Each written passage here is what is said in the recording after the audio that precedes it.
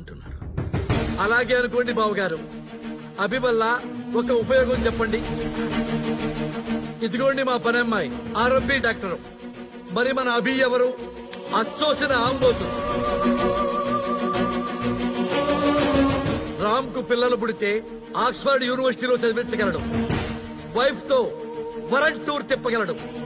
మరి అభి అయితే షేర్ ఆటోలో తిప్పుతాడండి. సార్, మీ అబ్బాయి అభిరామ్ అయితే మా అమ్మాయిని ఇవ్వను. మీ అబ్బాయి ఓన్లీ రామ్ అయితే అభి నా పెంపకం సార్, అలా అని ఉండడు. నేను నమ్మను. అవునా? ఇప్పుడు నమ్ముతారా? రేప్ చేసి యూట్యూబ్ లో అప్లోడ్ చేస్తా. Upload YouTube.